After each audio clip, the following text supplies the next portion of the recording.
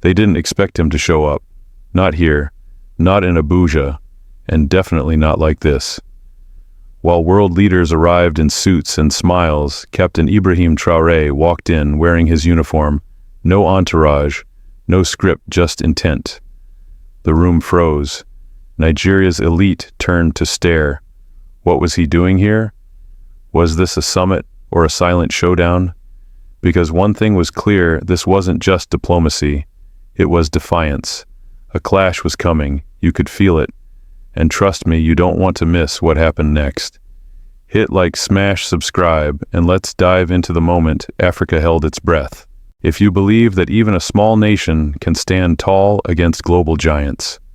If you believe that Africa has the right to write its own story in its own voice. And if you've ever seen that fire in Captain Ibrahim Traoré's eyes, then this story belongs to you. Like this video, subscribe to this channel, not just to show support, but to stand together, to walk shoulder to shoulder through a storm that's no longer whispering, because the silence is over, and the awakening has already begun. And then the doors closed. The summit had officially begun. But this wasn't diplomacy as usual. This was a battlefield of ideas. On one side, President Tinubu, confident, controlled, backed by years of global ties. On the other, Captain Ibrahim Traoré, young, unflinching, and burning with purpose. He didn't smile. He scanned the room like a soldier. Tension gripped the hall. Delegates exchanged wary glances. No one dared speak first. Two leaders, two worlds.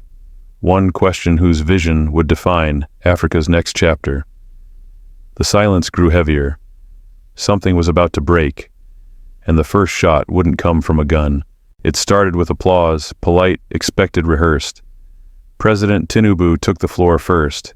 He spoke of trade blocs, investor confidence, and international cooperation. His voice was calm, his message clear. Africa must stay open to the world. Then came the silence. Captain Ibrahim Traoré stood. No notes, no hesitation, just truth. He spoke of stolen wealth, broken promises, and puppet strings dressed as partnerships. Africa, he said, will no longer beg in its own house. Gasps rippled through the room. Some looked away, others leaned in. This wasn't just a response, it was a challenge, and no one saw it coming, but the speeches were only the beginning. What followed behind closed doors was far more intense. In a private chamber, tension thickened. Delegates gathered in clusters. Heated voices echoed down marble corridors. On Nigeria's side, Amina Sow, sharp, articulate, unshaken, pushed for balance. She warned that economic nationalism could scare off vital partnerships. She used figures, forecasts, and diplomacy. Burkina Faso's Foreign Minister Kalilu Dio countered calmly, standing firm. Our resources, he said, have always come with chains. We're simply breaking them now. In the corner, Captain Ibrahim Traoré remained silent, watching. Every word was a test. Every sentence, a strategy. Chidi Okoro, the journalist, paced nearby, scribbling notes with wide eyes. He had covered summits before, but never one that felt this close to rupture. At one point, a Nigerian official stormed out, muttering, "He wants to burn bridges." A Burkina aide replied softly, "No, he wants to rebuild them with our own bricks." The room was splitting. Old loyalties trembled. Hidden fears surfaced. And yet, underneath the friction, something deeper was stirring, a realization that Captain Ibrahim Traoré hadn't come to win a debate. He had come to force a reckoning. Then something unexpected happened. As tensions reached breaking point, Captain Ibrahim Traoré requested a private meeting, just him and President Tinubu. No aides, no press, no scripts. Just two men, two visions in one room. Whispers filled the corridors. What would they say? Would Traoré back down? Would Tinubu walk out? No one knew. For nearly an hour, the doors stayed shut. Inside, history was being rewritten, not with fanfare, but with silence, truth, and possibly respect. When they emerged, something had shifted. Tinubu's face was still firm, but no longer closed. His next remarks were measured. He spoke of sovereignty not as isolation but as a form of strength. Traore too softened. He acknowledged cooperation so long as it came without conditions or threats. Delegates noticed. Amina Sow nodded, almost relieved. Kalilu Dio folded his arms, not in defiance, but in quiet pride. Chidi Okoro captured it best in his notebook. The fire hadn't died, it had found direction. The turning point wasn't loud, it wasn't dramatic, but it was real.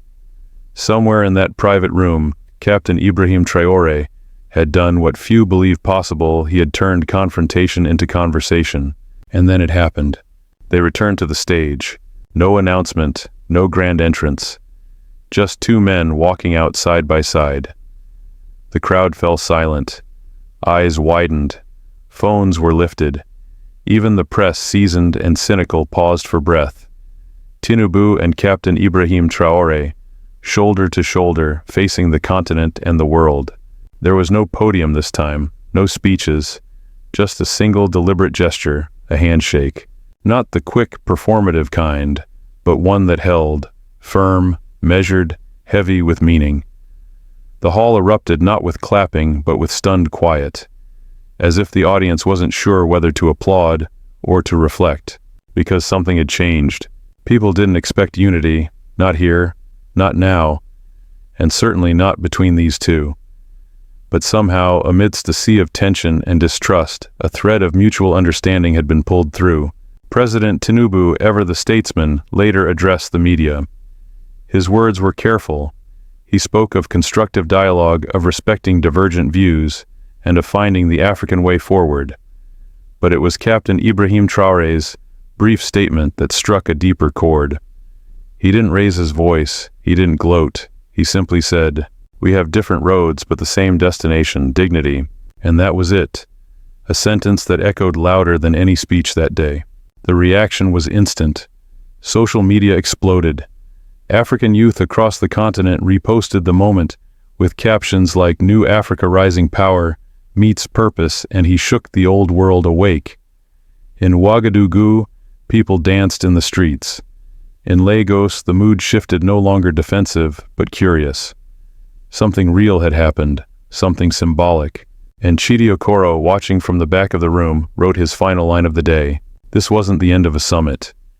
It was the beginning of a sentence Africa has waited decades to finish. Because in that moment, diplomacy stopped being a game of masks. It became a mirror. Two leaders had stared into it and chosen to see each other not as threats, but as brothers in burden. Was everything solved? No.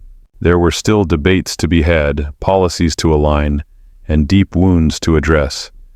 But for the first time in a long time, the room had shifted from either or to and, from division to possibility. That's what Captain Ibrahim Traoré brought to the table. Not just resistance, but redefinition. Not just fire, but focus. And as the cameras flashed and the two men walked off stage, not apart but side by side, one thing became clear. Africa didn't just witness a handshake. It witnessed a turning point. Abuja will be remembered. Not for the conference banners or the guest lists, or even the policy papers that were handed out. No, it will be remembered for what it revealed, for what it stirred, and for the silent agreement that two very different men forged in front of a continent hungry for change.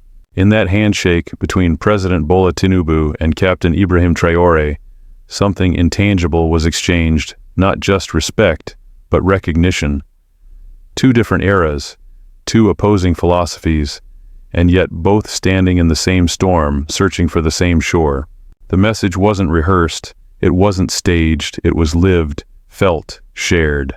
And while the media tried to frame it as a diplomatic win or a strategic compromise, those who truly listened, who watched beyond the headlines, knew this was something more. It was a statement that Africa is no longer content to be spoken for, bought out or divided. It wants to speak, and it will.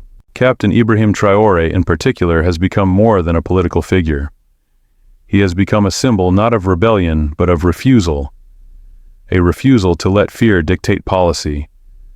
A refusal to let foreign hands steer African futures. A refusal to play polite in a world that has rarely been fair. But what made that moment in Abuja so powerful wasn't his defiance. It was his ability to listen, to shift, to embrace dialogue without surrender, to hold firm without being rigid. That balance, rare and revolutionary, is what turned confrontation into clarity. And President Tinubu, seasoned and strategic, made a different kind of stand. He proved that strength isn't just about holding ground, it's also about moving forward, about adapting without losing one's values, about building bridges without betraying foundations.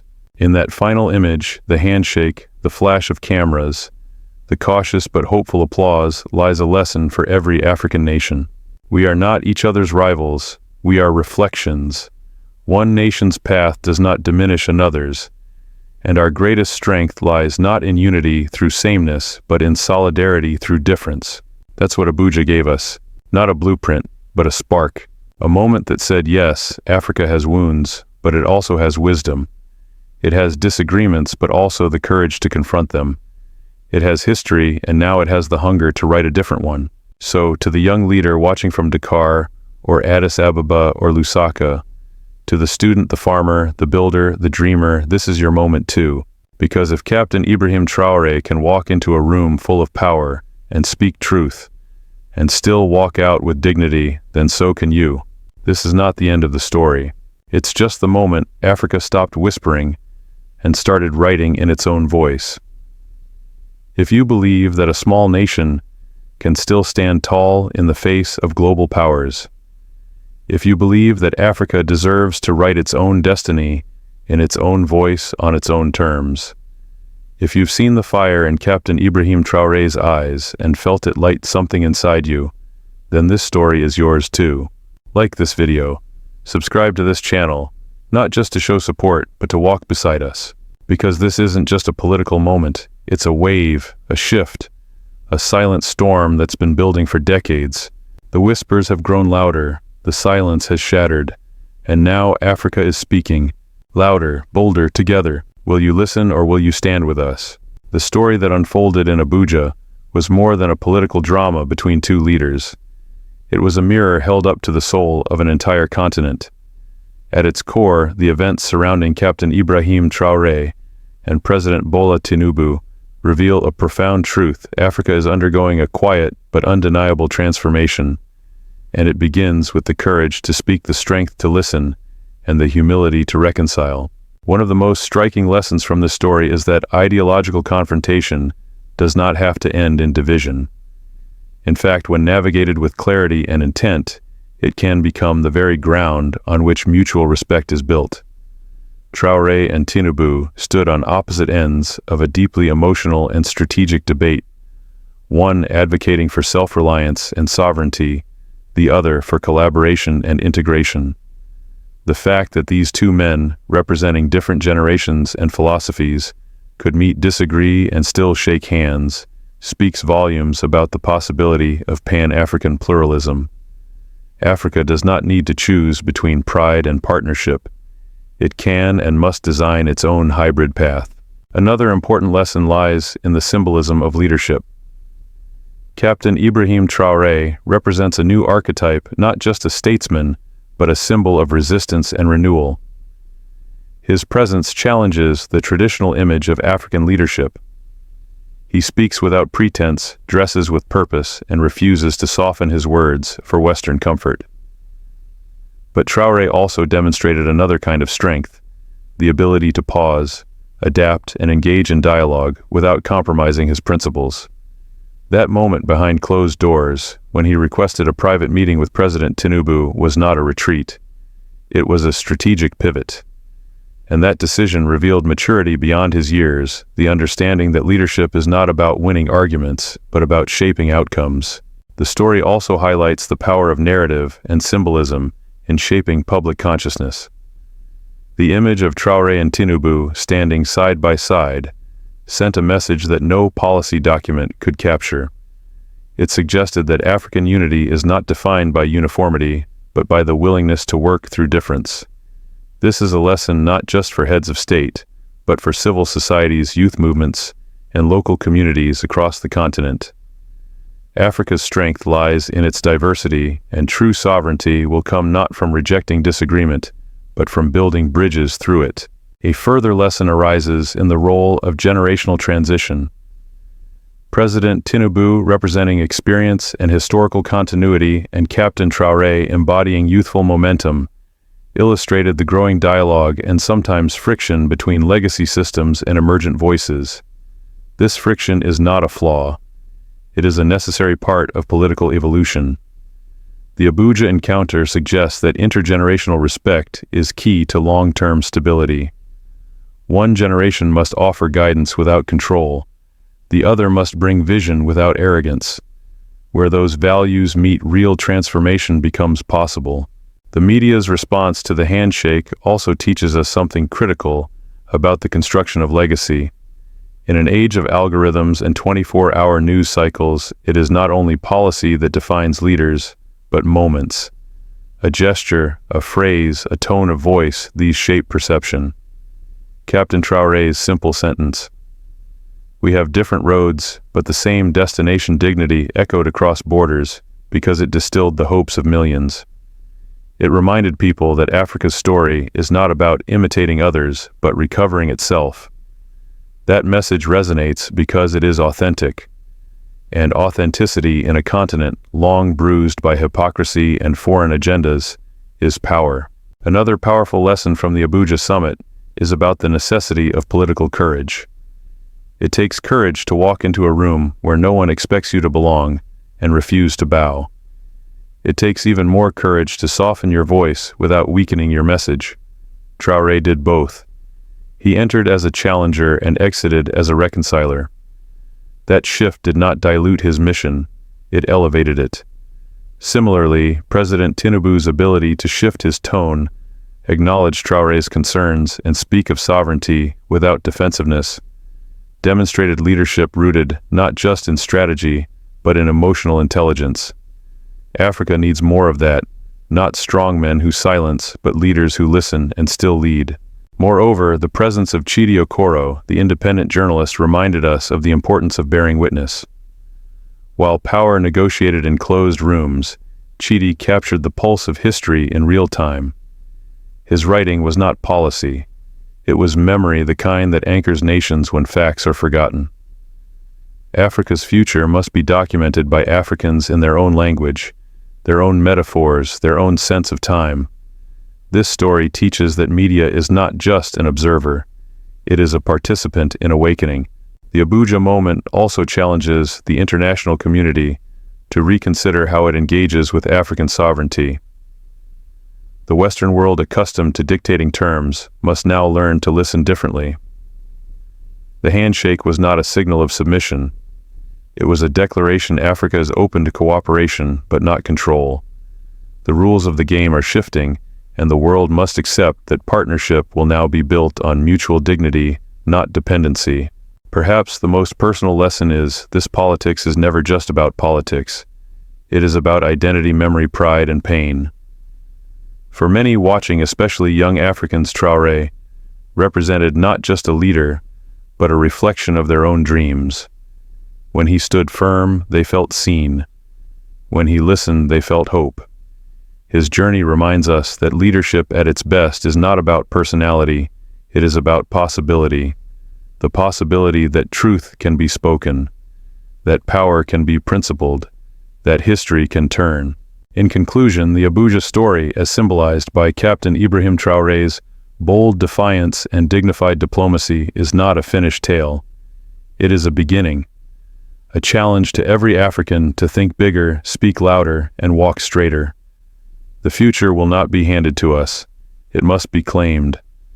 And that claim begins not with conflict, but with conversation, the kind that happened against all odds, on a quiet stage in Nigeria's capital. That is the lesson. That is the legacy. People didn't just watch the video. They felt it. The comments came flooding in, not just in numbers, but in intensity. From Accra to Kigali, from Bamako to Johannesburg, African voices resonated with something they hadn't seen in a long time: leadership rooted in conviction. Many viewers wrote that this was the first time they had ever witnessed a political summit, where truth was spoken without fear. They praised Captain Ibrahim Traoré for refusing to bow, for entering a room full of expectations and breaking every rule, not with violence but with vision. They called him the fire we thought had died the storm, that speaks the son of Sankara, now standing alone. Some compared the handshake to Mandela and de Klerk, others to Nkrumah and Lumumba moments in African memory, when history seemed to pause, when time allowed a new direction to appear. They said what happened in Abuja was more than symbolic, it was spiritual. I watched this with my children, one viewer wrote, and I told them, remember this. This is how you carry your name. Others focused on the quiet dignity of President Tinubu. While many had doubts, they were surprised, even moved by his willingness to shift. Some admitted they had never expected him to step back, listen and adjust. It takes more strength to evolve than to dominate, one comment read. Another said Tinubu didn't lose anything today. He gained the respect of an entire generation. What stood out most was the way ordinary people, not politicians, not analysts, interpreted the story. They saw themselves in it. One university student in Nairobi wrote, "This wasn't about Burkina Faso or Nigeria. This was about all of us who are tired of being told what to do by people who don't live our lives." Another added, Traore gave us the courage to imagine. Tinubu reminded us that even the old guard can surprise us. That balance is what Africa needs. Across Francophone countries, the energy was even more electric. In Ouagadougou, watch parties turned into discussions. Young people quoted Traoré's words on sovereignty and dignity as if they were lyrics. One comment read, "He didn't need an army behind him. His truth was the weapon." Others noted how powerful it was that Traoré spoke without notes, without rehearsed diplomacy, just raw clarity. That's what makes him dangerous to them, someone wrote. Not because he shouts, but because he knows exactly who he is.